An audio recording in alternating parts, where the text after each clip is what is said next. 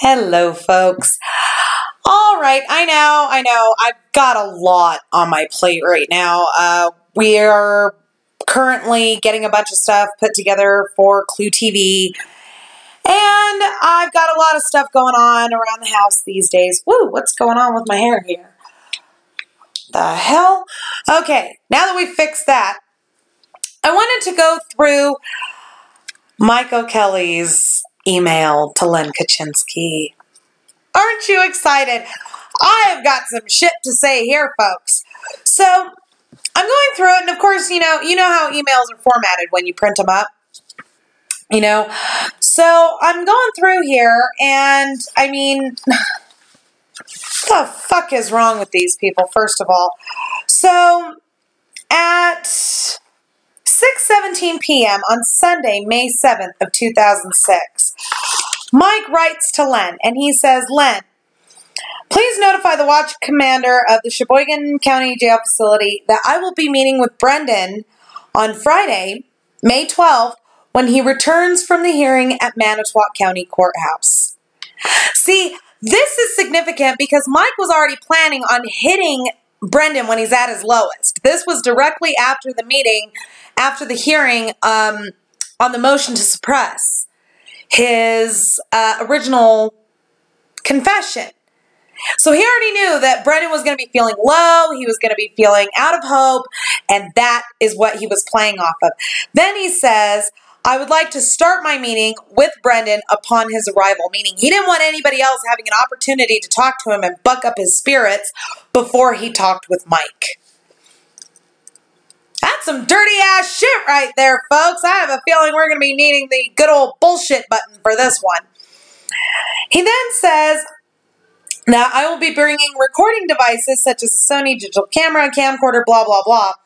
He then says, you're going to love this shit, I am carbon copying prosecutor Ken Kratz, Special Agent Fossbender, and Detective Dietering with this email as they are in possession of the discovery that I will need in my meeting. Bullshit, Mike! You were working with the fucking prosecution. That is against protocol. That is against ethics. That is against everything. Everything. For fuck's sake, these people are supposed to be defending Brendan. So, but what I love is his little quote at the bottom of his email. Truth is but a chameleon within our words. A little Freudian slip there, Mike. I really wish I had I'm imitating my husband on that one. He has a wicked handlebar mustache. So awesome. Then we get to Len telling him, I'll fax the Sheboygan County Jail on Wednesday morning, blah, blah. Unless you think it would be a bad idea, I was planning on going to Sheboygan on Wednesday afternoon for a general pep talk and talk to him about giving a complete statement to you on Friday. This is his defense attorney. And then Kaczynski wants to act surprised that he got removed from the case. And then we get to the infamous email. I'm learning the Avery family history and interactions within and about each member of the Avery family. He then says they have a history of stalking females who have no connection to this group. Really? Where's your proof, Mike? Customers and or their relatives unwittingly become victims of their sexual fantasies and thus are stalked. The victims have no idea that they are being victimized. Again, Mike, where the fuck is your proof? You have no proof. You fucking greasy, slimy, disgusting, fat guy fart in a movie theater. Oh my God. He then says that Stephen Avery needs to be removed from society. Mind you, this guy is working for Brendan Dassey's defense team. Defense.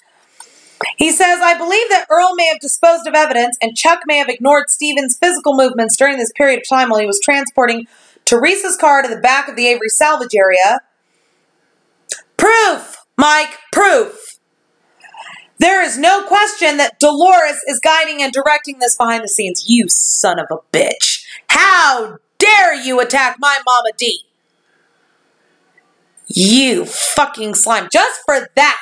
Just for talking shit on my Mama D, I'm gonna fucking nail your ass to the wall. I'm gonna do everything in my power to make sure that you are left without a pot to piss in. I challenge you, O'Kelly.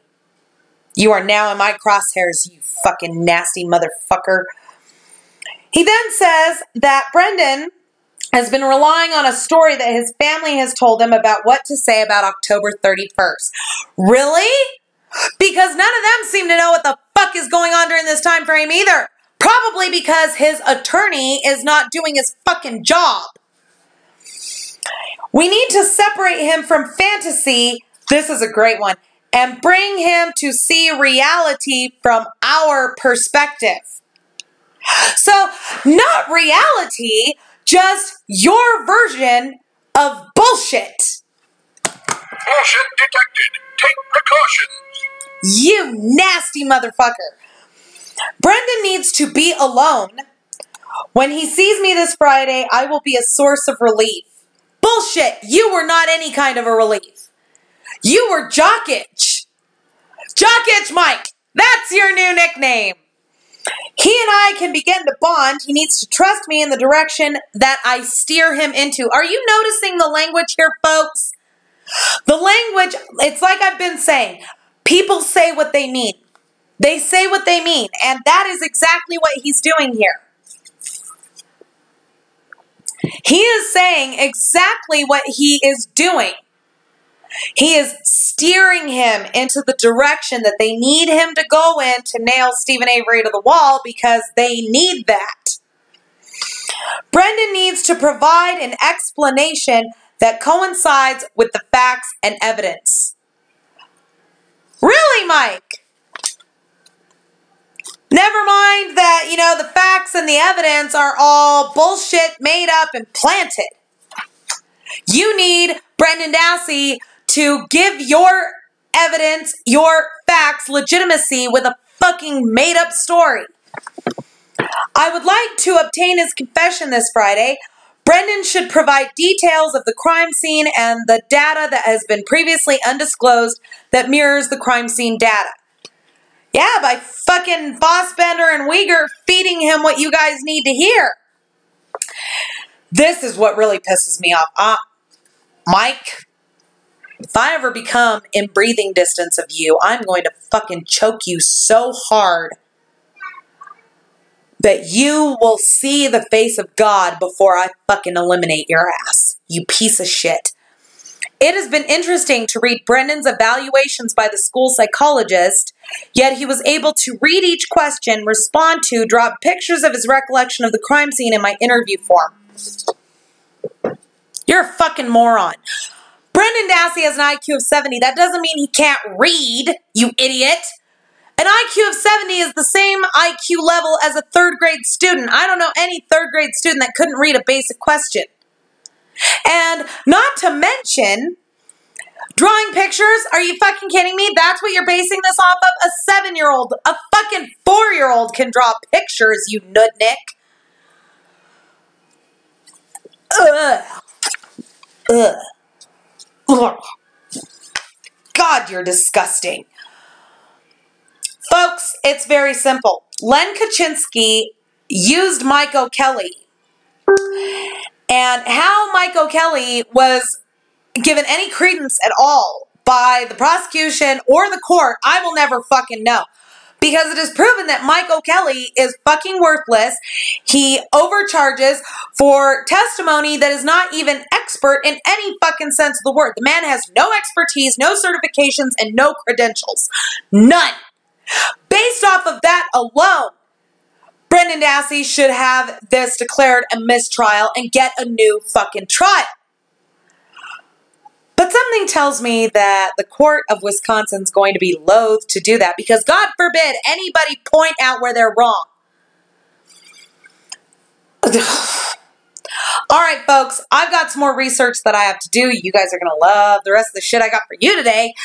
And I will go ahead and leave the link for this piece of bullshit down below in the description along with the link for the GoFundMe campaign for Clue TV. Thank you all very much for watching. We'll see you soon.